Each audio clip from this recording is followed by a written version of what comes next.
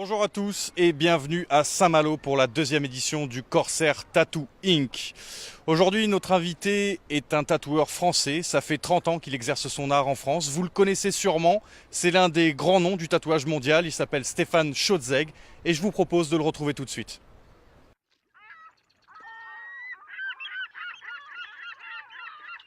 Stéphane, bonjour. Et bonjour. Alors comme je disais, toi ça fait un sacré bout de temps que tu es dans le milieu.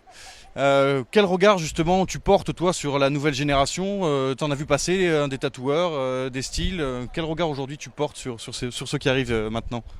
Je dirais que c'est intéressant et que le niveau est très élevé puisqu'on peut vraiment parler pour certains de pièces artistiques, hein. La qualité est quand même extraordinaire.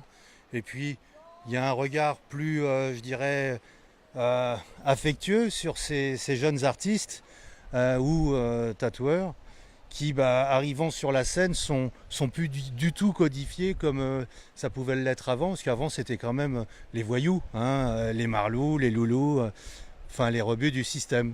Et aujourd'hui, dans les jeunes qui arrivent, qui débarquent, il y a des noms qui te sautent comme ça, qui viennent directement à la tête.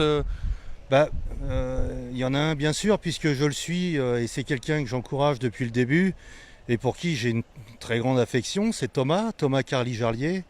On peut parler d'Angélique aussi, Angélique Grimm. J'ai découvert une jeune personne là qui travaille à Paris, chez Anomalie. J'ai sa carte, je crois que c'est Elena. Hélène, je te la présenterai tout à l'heure. Écoute, ça fait pas longtemps qu'elle travaille. Et puis Elena Ferron. Alors je l'ai découvert, je crois que ça fait 2 ans qu'elle pique, et son travail est remarquable. Mais alors vraiment d'un niveau extraordinaire.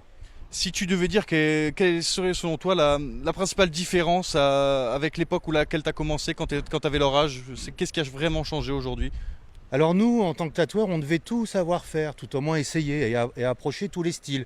Un client venait te voir, il disait je veux du tribal, ou je veux du old school, ou je veux le prénom de ma mère, peu importe. Il fallait qu'on sache tout faire. Aujourd'hui, les jeunes qui arrivent sur le marché se spécialisent dans un style de prédilection, dans un style dans lequel ils sont à l'aise. Et finalement, le client, s'il devait se retrouver le client d'il y a 30 ans, s'il devait se retrouver avec un tatoueur d'aujourd'hui, devrait choisir son tatoueur, en fonction du style et de l'image qu'il veut porter. Parce que les tatoueurs d'aujourd'hui ne savent pas tout faire. Ils n'ont pas vocation à savoir tout faire. Ils se spécialisent. Je vous propose de tout de suite aller voir s'ils savent tout faire ou s'ils sont vraiment si spécialisés.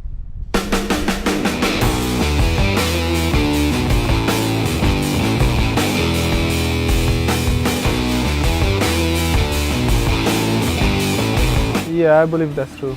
I don't think I've learned in a different way. I haven't learned in the old-fashioned way. Je pense que c'est pas forcément vrai. Avant de me spécialiser, j'ai fait pendant quelques années un peu de tout quand j'étais à Londres. I think the new generation is more specific. They want to do something more specific.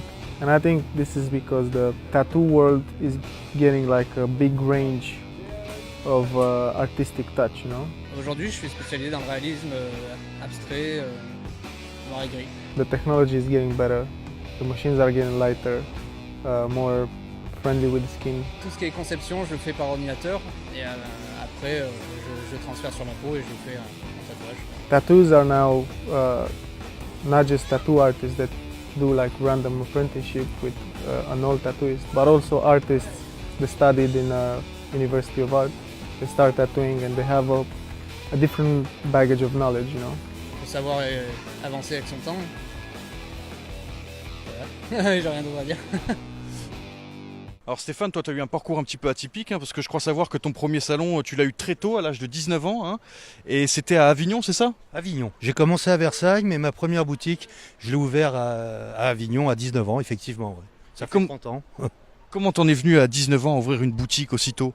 Je crois que c'est la vie, c'est les rencontres de la vie, c'est la volonté. Le tatouage me fascinait et me fascine toujours, et j'ai essayé d'avoir du matériel et puis de commencer. Il y avait aucune réglementation et quasiment aucune référence à part Bruno, tu le sais, on en a parlé il n'y a pas longtemps. Donc j'ai acheté du matériel, j'ai ouvert une boutique et puis en route. Bruno, c'était ton mentor, hein, c'est ça, à cet âge-là? Est-ce que tu veux nous toucher 2 mots sur lui pour ceux qui ne le connaissent pas? Ça a été un référent, il a rendu les choses possibles puisqu'il était le premier tatoueur à être installé en France, à Pigalle.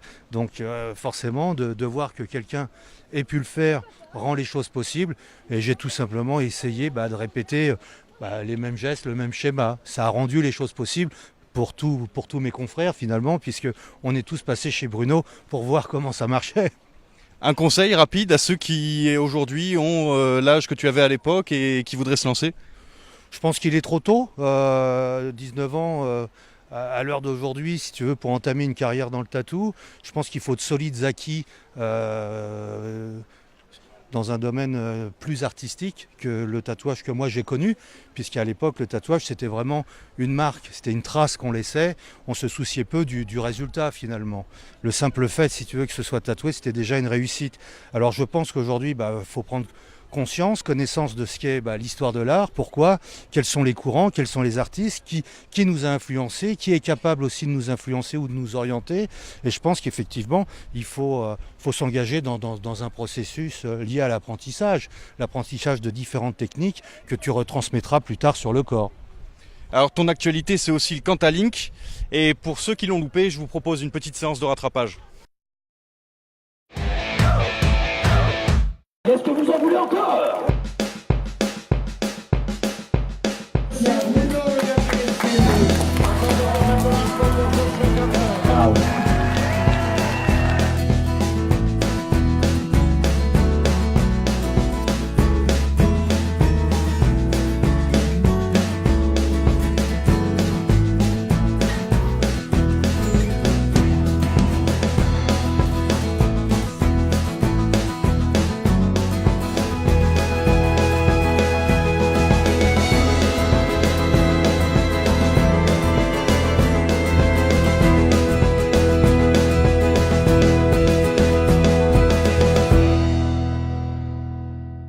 Alors Stéphane, le Cantal Ink et le Corsair Tattoo Ink, ça sonne un petit peu pareil. Il y a un lien entre les deux événements? Ouais, je dirais que c'est l'encre et le tatouage. Et que finalement, l'encre se porte à merveille à Saint-Malo, puisque c'est la cité corsaire. Et on a l'impression que les deux événements s'inscrivent dans une sorte de tour, en fait, de Tour de France du tatouage. Tu l'as compris, il y a cette volonté d'amener une dimension du tatouage plus aboutie dans le cadre de l'événementiel, avec une thématique sur les événements qu'on essaye de mettre en place. Bon, tu le sais, le Cantal Ink, tu l'as vu par toi-même, c'est la ruralité, c'est la montagne. Ici, c'est un autre thème qui est celui des corsaires, de la mer. Donc il y a un lien, bien sûr, sur le ink et l'encre, mais aussi la mer et la montagne. Et il y a d'autres événements dans ce tour? Oui, bien sûr. Il y en a un troisième qui va voir le jour à Paris, sur les bateaux mouches. Et pour le coup, on sera vraiment au pied de la Tour Eiffel, sur la Seine. Et toujours dans la thématique, on va remonter sur la capitale. Et je pense que ça va être un événement extraordinaire. Le Paris Ink, c'est pour bientôt alors? Septembre, mi-septembre. Super. Écoute, je te propose de te rapprocher du salon. Et je vais te laisser le boîtier d'appareil photo que j'ai dans la main pour que tu nous fasses découvrir 2 de tes coups de cœur. Très bien, on y va. Quand tu regarderas le niveau technique, si je devais entamer une nouvelle carrière, j'aimerais avoir le niveau qu'il a, parce qu'il est extraordinaire.